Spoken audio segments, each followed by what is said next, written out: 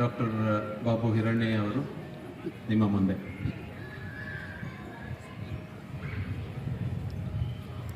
ವೇದಿಕೆಯನ್ನು ಅಲಂಕರಿಸಿರುವಂತಹ ಎಲ್ಲ ಶಾರದಾ ಉಪಾಸಕರಿಗೆ ಮತ್ತು ಇಲ್ಲಿ ಸೇರಿರುವ ಅವರನ್ನು ಆಸ್ವಾದಿಸುವಂತಹ ನಿಮ್ಮೆಲ್ಲರಿಗೂ ರಸಭಂಗವನ್ನು ಮಾಡ್ತಾ ಇದ್ದೇನೆ.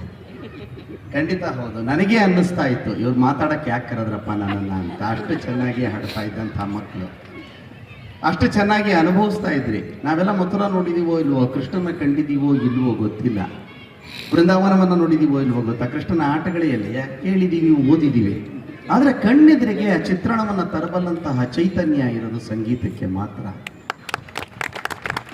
ಅಷ್ಟು ಅದ್ಭುತವಾಗಿ ಈ ಮಕ್ಕಳುಗಳನ್ನು ನಾವು ಚಿಕ್ಕ ಹುಡುಗರಿಂದ ನೋಡ್ಕೊಂಡ್ ಬಂದಿದ್ವಿ. ಇಷ್ಟು ಬೇಗ ಇಷ್ಟು ಚೆನ್ನಾಗಿ ಬೆಳೆದಿದಾರ ಈ ಪ್ರತಿಭೆಗಳು ಅಂತ ನೋಡಿದಾಗ ಅನ್ಸುತ್ತೆ ನನಗೆ. ಇರ್ಲಿ, ಆದರೆ ಮಾತಾಡೋದು ಅನಿವಾರ್ಯ. ಗೊತ್ತಿತ್ತು ನನಗೆ ಇಲ್ಲಿಗೆ ಬಂದಾಗಲೇ ನಾನು ಕರೀತಾರೆ ಅಂತ. ಇದು ಹೇಗೆ ಅಂತಂದ್ರೆ, ಮನೇಲಿ ನಾಯಿ ಸಾಕಿರ್ತೀವಿ. ಈ ನಾಯಿನ ಸಾಕಿದಾಗ ಮನೆಗೆ ಯಾರು ಅತಿಥಿಗಳು ಬರ್ತಾರಲ್ಲ, ನಮ್ಮ ಮನೆಗೆ ಆ ರೀತಿ ಒಬ್ರು ಅತಿಥಿಗಳು ಬಂದಾಗ ಗೇಟ್ ಹತ್ರ ನಾಯಿ ನೋಡಿ, ಆ ನಾಯಿ ಇದೆ, ಪರವಾಗಿಲ್ಲ ಬನ್ನಿ, ಅದೇನು ಕಚ್ಚಿ ಒಳಗೆ ಬನ್ನಿ, ನೀವು ಅದು ನಾಯಿ ಗೊತ್ತು ನನಗೆ, ನೀವು ಬನ್ನಿ ಇಂದ. ಇಲ್ಲ ಕಚ್ಚುತ್ತೇನಪ್ಪ ಅಂದ. ಇಲ್ಲ ಸರ್, ಬ್ರಾಹ್ಮಣರ ಮನೆ ನಾಯಿ ಕಚ್ಚಲ್ಲ, ಬನ್ನಿ. ಬೊಗಳುತ್ತೇನೆಯಾ ಅಂದ್ರು. ಇಲ್ಲ ಸರ್ ಬೊಗಳಲ್ಲ ಅಂದ್ರು. ತಕ್ಷಣ ಅವರು, ಹಾಗಾದ್ರೆ ಅದನ್ನ ಡಾಕ್ಟ್ರಿಗೆ ತೋರಿಸು ಅಂದ. ನಾಯಿ ಅಂದ್ರೆ ಅದ್ರ ಗುಣ ಕಚ್ಚಬೇಕು, ಇಲ್ಲ ಬೊಗಳ್ಬೇಕು, ಎರಡೂ ಮಾಡಲ್ಲ ಮುಂಡೆದಂದ್ರೆ ಡಾಕ್ಟರ್ ತೋರಿಸ್ಬೇಕು ಅಂತ. ಹಾಗೆ ಹಿರಣ್ಣಯ್ಯ, ಮಾಸ್ಟರ್ ಹಿರಣ್ಣಯ್ಯನವರ ಮಗ, ಅವನು ಬಂದಿದ್ದಾನೆ. ಅಲ್ಲಿ ಮಾತಾಡ್ಲೇಬೇಕು. ಮಾತಾಡದೆ ಹೋದ್ರೆ ಇಲ್ಲ, ಅವನು ಡಾಕ್ಟರ್ ತೋರಿಸ್ಬೇಕು. ಈ ಸ್ಥಿತಿ ತಂದಿಟ್ಕೊಂಡಿದ್ದೀನಿ. ನಿಜ ಹೇಳ್ಬೇಕಂದ್ರೆ, ಪುರಂದರ ಸಂಜೆ ಅಂತಾರೆ, ಒಂದು ವೇಳೆ ದಾಸರೇ ಇದ್ದಿದ್ದು, ದಾಸರು ಇದ್ರು ಬಿಟ್ರು ಇವೆಲ್ಲ ಒಂದು ಕಾಲ್ಪನಿಕವಾಗಿ ಇರಬಹುದಾದಂಥದ್ದು. ದಾಸರು 40,000 ಕೀರ್ತನೆಗಿಂತ ಹೆಚ್ಚು ಬರೆದರು. ಇವೆಲ್ಲವನ್ನು ನಾವು ಓದ್ಕೊಂಡು ಬಂದಿದ್ದೇವೆ. ಪ್ರಾಯಶಃ ಅವ್ರು ಇದ್ದಿದ್ರೆ ಇವತ್ತಿನ ಈ ಜನರೇಷನ್, ಈ ಸಂತತಿ ಏನಿದೆ, ಈ ಸಂತತಿಗೆ ತುಂಬ ಕೃತಜ್ಞತೆಯನ್ನು ಸಲ್ಲಿಸಿರೋರು ಅಂತ ಕಾಣುತ್ತೆ. ಕಾರಣ ಇವತ್ತು ಅವರನ್ನು ಪ್ರಸ್ತುತಕ್ಕೆ ತಂದಿದ್ದೀವಿ ನಾವು. ದಾಸರ ಹಾಡುಗಳ ಮೂಲಕವಾಗಿ, ದಾಸರ ಹಾಡು ಅಂತಂದೇಟಿಗೆ ಅಲ್ಲಿ ಯಾವುದೋ ಒಂದು ರಾಗ ಇದೆ, ಅದಕ್ಕೊಂದು ತಾಳ ಇದೆ. ಇದಿಷ್ಟು ಇದ್ಕೊಂಡು ಅದಷ್ಟನ್ನು ಅಭ್ಯಾಸ ಮಾಡಿದಾಗ ಮಾತ್ರ ಅದು ಅಂತ ಅಲ್ಲ. ನನಗೆ ಈ ಹುಡುಗನನ್ನು ನೋಡ್ತಿದ್ದಾಗ ನನಗೆ ತಕ್ಷಣ ನೆನಪಿಗೆ ಬರೋದೇನೆಂದರೆ, ಪ್ರಾಯಶಃ 3-4 ದಶಕಗಳ ಹಿಂದಿನ ಒಂದು ಕತೆ. ಒಂದು ಮಠಕ್ಕೆ ಹೋಗಿದ್ವಿ ನಾವು. ಆ ಮಠದಲ್ಲಿ ನಮ್ಮನ್ನ ದೇವಸ್ಥಾನದಲ್ಲಿ ದೇವರ ದರ್ಶನವೆಲ್ಲ ಆಯಿತು. ದರ್ಶನ ಎಲ್ಲ ಮುಗಿಸ್ಕೊಂಡು ನಾನು ನಮ್ಮ ತಂದೆ ಇಬ್ಬರು ನಾಟಕಕ್ಕಿದ್ದವ ಸಂಜೆ ಅಲ್ಲೇನೆ. ನಾಟಕಕ್ಕೆ ಹೋಗೋಕೆ ಮುಂಚಿತವಾಗಿ ಪ್ರಸಾದಕ್ಕೋಸ್ಕರವಾಗಿ ಒಳಗಡೆ ಬನ್ನಿ ಮಠಕ್ಕೆ ಅಂತ ಕರೆದ್ರು. ಅಲ್ಲಿ 10 ಗಂಟೆ 11 ಗಂಟೆ ಸುಮಾರು. ಒಳಗಡೆ ಹೋದಾಗ ಅಲ್ಲಿ ಬಾವಿ ಹತ್ರ ಒಬ್ಬ ಚಿಕ್ಕ ಹುಡುಗ, ಇದೇ ವಯಸ್ಸಿನ ಹುಡುಗ, ಇಷ್ಟೇ ಪರ್ಸ್ನಾಲಿಟಿ, ಸ್ನಾನ ಮಾಡ್ತಾ ಹಾಡ್ತಾ ಇದ್ದ ಹುಡುಗ. ಆ ಹಾಡನ್ನು ಕೇಳ್ತಾ ನಮ್ಮ ತಂದೆ 2-3 ನಿಮಿಷಗಳ ಕಾಲ ಅಲ್ಲಿ ಹಾಗೆ ನಿಂತ್ಕೊಂಡು ನೋಡ್ತಾ ಇದ್ರು ಅವ್ರನ್ನ. ಅವ್ರಿಗದರ ಅರಿವೇ ಇಲ್ಲ. ಅಕ್ಕಪಕ್ಕದಲ್ಲಿ ಯಾರು ನಿಂತಿದ್ದಾರೆ, ಯಾರಿದ್ದಾರೆ ಅಲ್ಲಿ ಏನೂ ಅರಿವಿಲ್ಲ. ತನ್ನ ಪಾಡಿಗೆ ತಾನು ಮಗ್ನರಾಗಿ ಹಾಡ್ತಾ ಇದ್ರು. ಯಾರದು ಅಂತಂದ್ರೆ ವಿದ್ಯಾಭೂಷಣ. ಸುಬ್ರಹ್ಮಣ್ಯ ಮಠದಲ್ಲಿ ನಡೆದ ಘಟನೆ ಇದೆ. ಆ ವ್ಯಕ್ತಿಗೆ ಅವ್ರಿಗೆ ಅರಿವೇ ಇಲ್ಲ.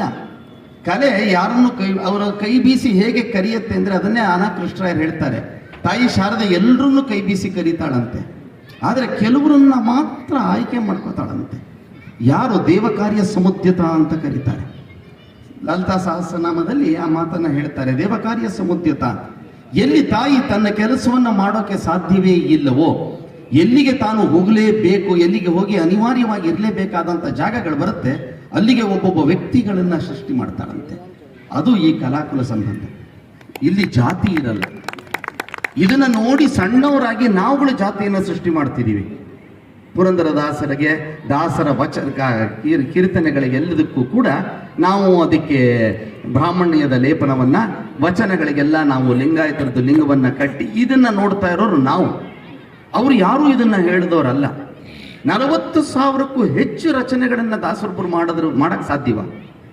ಒಮ್ಮೆ ಒಂದು ಸ್ವಲ್ಪ ಲಾಜಿಕಲ್ ಆಗಿ ಯೋಚನೆ ಮಾಡಿ ನೋಡಿದ್ರೆ ಇಲ್ಲಿ ಏನಿದೆ, ಅಲ್ಲಿ ಯಾವ ತತ್ವವನ್ನು ಅವ್ರು ಹೇಳ್ತಾ ಇದ್ದಾರೆ ಅಂದರೆ, ಒಬ್ಬ ವ್ಯಕ್ತಿ ದಿನನಿತ್ಯದ ಕ್ರಿಯೆಗಳನ್ನೆಲ್ಲ ಮುಗಿಸ್ಕೊಂಡು, ಅದರಲ್ಲೂ ಕೂಡ ಶ್ರೀನಿವಾಸನಿದ್ದನ್ನು ತನ್ನ ಹೆಂಡತಿಗಾಗಿ ಅಲ್ಲೇನೋ ಒಂದು ಆಗಿ ಅಚಾತುರ್ಯವಾಗಿ ಎಲ್ಲ ಆದಮೇಲೆ ದಾಸರತ್ವವನ್ನು ತಗೊಂಡ ನಂತರದಲ್ಲಿ ಅವ್ರ ಕೀರ್ತನೆಗಳನ್ನ ರಚನೆ ಮಾಡಿದ್ರು. ನಂತರ ಒಂದು 60-70 ವರ್ಷ ಬದುಕಿದ್ರು. ಸರಿ, ಅಲ್ಲಿಂದ 30-40 ವರ್ಷಗಳ ಕಾಲದಲ್ಲಿ 40,000 ಅಲ್ಲಿಗೇನು ದಿನಕ್ಕೆ ನಿಂತ ಕಡೆ ಎಲ್ಲ ಒಂದೊಂದು ಹಾಡು ಬರೋದಲ್ಲ. ಅಂದರೆ ಇದು ಅದಲ್ಲ. ದಾಸರನ ಕೀರ್ತನೆಗಳನ್ನು ಬರೆದಂಥವ್ರು ಯಾರೂ ಕೂಡ ಹೆಚ್ಚು ಹೆಸರಿಗೆ ಲಾಲಸೆ ಇರಲಿಲ್ಲ ಅವರಲ್ಲಿ. ಬರೆದಂಥ ತತ್ವಗಳೆಲ್ಲಕ್ಕೂ ಕೂಡ ಪುರಂದರದಾಸನ ಅಂಕಿತವನ್ನು ಹಾಕ್ಕೊಂಡು ಹೊಟ್ಟೋಗ್ಬಿಟ್ರು. ಕೀರ್ತಿಯಲ್ಲಿ ಬೇಕಾಗಿದ್ದಿದ್ದು ನನಗಲ್ಲ, ಈ ತತ್ವಗಳು ನಮಗೆ ಸೇರಬೇಕಾಗಿತ್ತು. ಇವತ್ತು ವಚನಕಾರರನ್ನೆಲ್ಲ ತಗೊಂಡ್ಬಂದು ಹುಡುಕ್ತಾ ಇದ್ದಾರೆ. ಎಷ್ಟೆಷ್ಟು ಬಸವಣ್ಣವರಿಗಿಂತ ಮುಂಚಿತವಾಗಿ ಬಂದಂಥ ಬೇಕಾದಷ್ಟು ಜನ ವಚನಕಾರರಿದ್ರು ಅಂತಾರೆ. ವಚನಗಳು ಇವೆಲ್ಲವೂ ಕೂಡ ಮುಟ್ತಾ ಇದೆ ಅಂತಂದರೆ ಇವತ್ತಿನ ಈ ಜನರೇಷನ್ನು ಅದಕ್ಕೆ ಬಹಳ ದೊಡ್ಡ ದೇಣಿಗೆಯನ್ನು ನೀಡ್ತಾ ಇದೆ.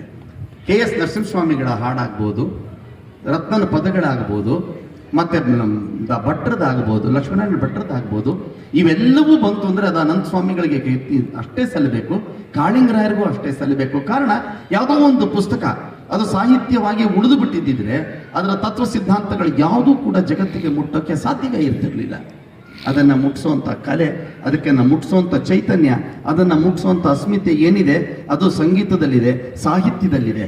ಆ ಸಂಗೀತ ಸಾಹಿತ್ಯ ನಮ್ಮ ಪುಸ್ತಕಗಳು ನಮ್ಮ ಕಣ್ಣಿಗೆ, ನಮ್ಮ ತಲೆಗೆ ತಲುಪಬಹುದು, ಮಸ್ತಕಕ್ಕೆ ಹೋಗ್ಬೋದು. ಆದರೆ ನಮ್ಮ ಹೃದಯಗಳನ್ನು ಮುಟ್ಟಬಲ್ಲಂಥ, ಹೃದಯದ ವೀಣೆ ಅಂತ ನಾವೇನಂತೀವಿ ತಂತಿಗಳನ್ನು ಮೀಟಬಲ್ಲಂಥ ಚೈತನ್ಯ ಇರೋದು ಆ ಕಲಾವಿದರಿಗೆ. ಅದಕ್ಕೆ ಅಂತಹ ಒಂದು ದೊಡ್ಡ ಇದನ್ನು ತಗೊಂಡು ಮಾಡ್ಕೊಂಡು ಹೊರಟಿರುವಂಥ ಈ ಮಕ್ಕಳಿಗೆ ಸಕಲ ಐಶ್ವರ್ಯ ಅನ್ನೋದಕ್ಕಿಂತ ಹೆಚ್ಚಾಗಿ ಐಶ್ವರ್ಯ ಅಂದರೆ ಅದು ಆಶೀರ್ವಾದ ಅಷ್ಟೇನೆ. ಎಲ್ಲ ಜನಗಳ ಆಶೀರ್ವಾದ ಬಲಿಬೇಕು. ಎಲ್ಲರೂ ಕೂಡ ಅದನ್ನು ಆಸ್ವಾದಿಸುವ ಮುಖಾಂತರವಾಗಿ, ನೀವು ಇಷ್ಟು ಜನ ಇಲ್ಲಿ ಸೇರಿರೋದೇ ಪ್ರಾಯಶಃ ಇವರಿಗೆ ಬಹಳ ದೊಡ್ಡ ಪ್ರಶಸ್ತಿ ಸಿಕ್ಕ ಹಾಗೇನೆ. ಆರಂಭದ ದಿನಗಳಲ್ಲಿ ಇದು ಕೂಡ ಸಿಗದೇ ಇರುವಂಥದ್ದು ಬೇಕಾದಷ್ಟು ಜನ ಇರ್ತಾರೆ, ಕಷ್ಟಪಡ್ತಿರ್ತಾರೆ, ಬೇಕಾದಷ್ಟು ಜನ ಕಲಾವಿದರು ಇರ್ತಾರೆ. ಆ ಕಲಾವಿದರಿಗೂ ಹೇಳ್ಬೋದಾದ ಮಾತು ಅಂತಂದರೆ ಬೇಕಾಗಿರೋದು ಒಂದೇ ಒಂದು, ತಪಸ್ಸು, ತ್ಯಾಗ, ನಿಷ್ಠೆ, ಎಲ್ಲಕ್ಕಿಂತ ಹೆಚ್ಚಾಗಿ ಅರ್ಪಣಾ ಮನೋಭಾವ. ಕಾರಣ ಮಂಕುತಿಮ್ಮನ ಕಗ್ಗದಲ್ಲಿ ಒಂದು ಕಡೆ ಒಂದು ಮಾತು ಹೇಳ್ತಾರೆ, ಇಳಿಯಿಂದ ಮೊಳಕೆ ಒಂದೊಗೆ ಸದ್ದಿಲ್ಲ, ಬೆಳಕಿವ ಸೂರ್ಯ ಚಂದ್ರರ ತುತ್ತೂರಿ ಧನಿ ಇಲ್ಲ, ಒಲಿ ನಿನ್ನ ತುಟಿಗಳನ್ನು ಮಂಕುತಿಮ್ಮ ಅಂತ ಹೇಳ್ತಾರೆ. ಬೇಕಾದಷ್ಟು ಜನ ಬರ್ತಾ ಇರ್ತಾರೆ, ಬೇಕಾದಷ್ಟು ಜನ ಕಲಾವಿದರು ಹೋಗ್ತಿರ್ತಾರೆ, ಬೇಕಾದಷ್ಟು ಜನ ಇದೇ ಸಂಗೀತವನ್ನು ಹಾಡಿದ್ದಾರೆ. ಆದರೆ ಅದು ಯಾಕೋ ಗೊತ್ತಿಲ್ಲ, ದಾಸರ ಪದಗಳು ಅಂತಂದ ಇಟ್ಟಿಗೆ ಇವತ್ತು ನಮಗೆ ಜ್ಞಾಪಕಕ್ಕೆ ಬರೋದು ವಿದ್ಯಾಭೂಷಣರು. ಕಾರಣ ಅದನ್ನು ನಮ್ಮ ಮನಸ್ಸಿಗೆ, ಮಕ್ಕಳಿಗೆ ಮುಟ್ಟೋ ಹಾಗೆ ಹಾಡ್ಬೋದಾದ ರೀತಿಯಲ್ಲಿ ಸಂಗೀತಕ್ಕೆ ಬೇಕಾದಂಥ ತಾಳವನ್ನು ಇಟ್ಕೊಂಡು, ರಾಗವನ್ನು ಇಟ್ಕೊಂಡು ಆ ರೀತಿಯಲ್ಲಿ ತಗೊಂಡು ಹೋಗೋದನ್ನ ಬಿಟ್ಟು, ನಾವು ಎಲ್ಲರೂ ಕೂಡ ಇವತ್ತು ಪಾಪ್ ಮ್ಯೂಸಿಕ್ ಅನ್ನೋದೇನಿದೆ, ಬೇರೆ ಬೇರೆ ಅದು ಒಂದು ಸಾರದ ಸಂಗೀತವೇ ಇರ್ಬೋದು, ಅದರ ಕಡೆಗೆ ಒಲಿತಾ ಇದ್ದಂತಹ ಒಂದು ಸಂತತಿ ಏನಿತ್ತು ಅದನ್ನ ಈ ಕಡೆಗೆ ಸೆಳಿಬೋದು. ಇದಕ್ಕೂ ಕೂಡ ಚೈತನ್ಯ ಇದೆ ಅನ್ನೋದನ್ನ ತೋರಿಸಿದ್ದಾರೆ. ಅಂತ ಒಂದು ಅದ್ಭುತವಾದ ಸಂಗೀತದ ಸಂಜೆಯ ರಸವನ್ನ ಅನುಭವಿಸ್ತಾ ಇದ್ದೀರಿ.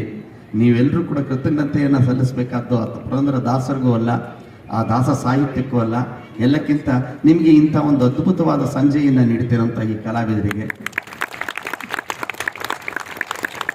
ಹಾಗಾಗಿ ನಾನು ಇಲ್ಲಿ ಸುಮ್ಮನೆ ಇವ್ರಿಗೆ ಒಂದು ಸ್ವಲ್ಪ ರೆಸ್ಟ್ ಕೊಡೋಕ್ಕೋಸ್ಕರವಾಗಿ